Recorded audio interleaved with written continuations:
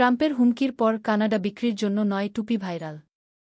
যুক্তরাষ্ট্রের president Donald ট্রাম্পের শুল্ক হুমকি এবং কানাডাকে যুক্তরাষ্ট্রের ৫-১তম রাজ্য করার প্রস্তাবের প্রতিক্রিয়ায় এক উদ্যোক্তার নকশা করা কানাডা বিক্রির জন্য ৯ Canada is not for sale লেখা টুপি ভাইরাল হয়েছে। অটোয়াভিত্তিক ডিজাইন ফার্মের প্রতিষ্ঠাতা লিয়াম মুনি এই টুপি তৈরি করেছেন। গত সপ্তাহে অটোয়ায় অন্টারিওর প্রধানমন্ত্রী ডগ ফোর্ড এই টুপি পরে কানাডার প্রধানমন্ত্রী জাস্টিন ট্রুডো ও অন্যান্য প্রাদেশিক প্রধানমন্ত্রীদের সঙ্গে বৈঠক করার পর টুপিটি সবার নজর কাড়ে। কানাডা থেকে পণ্য আমদানির উপর ট্রাম্পের শুল্ক আরোপের হুমকি নিয়ে আলোচনার জন্য এ বৈঠক আয়োজন করা হয়েছিল।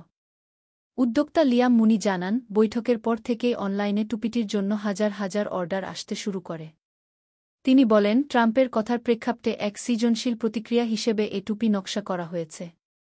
রাজনৈতিক বক্তব্যকে বিদীর্ণ করে জাতীয়তাবাদ ও ঐক্যের বার্তা দেওয়াই এর উদ্দেশ্য। মুনি জানান, ফক্স নিউজে ডগ ফোর্ডের দেওয়া এক সাক্ষাৎকার থেকে টুপি বানানোর আইডিয়া তার মাথায় আসে। ফক্স নিউজের উপস্থাপক ফোর্ডকে কানাডাকে যুক্তরাষ্ট্রের রাজ্য হয়ে যাওয়ার আহ্বান জানাচ্ছিলেন এবং এতে কানাডার সুবিধাই হবে বলে পরামর্শ দিচ্ছিলেন। কিন্তু জবাবে ফোর্ড বলেছিলেন, কানাডা বিক্রির জন্য নয়।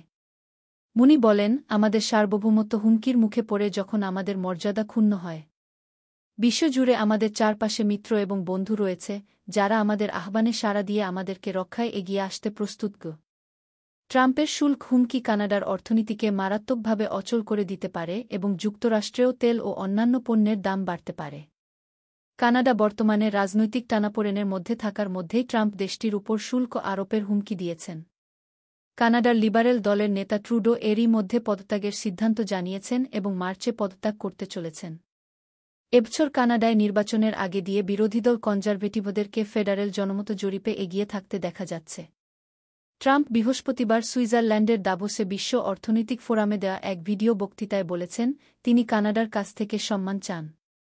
এর আগে তিনি কানাডার প্রধানমন্ত্রী ট্রুডোকে গভর্নর বলে সম্বোধন করেছিলেন।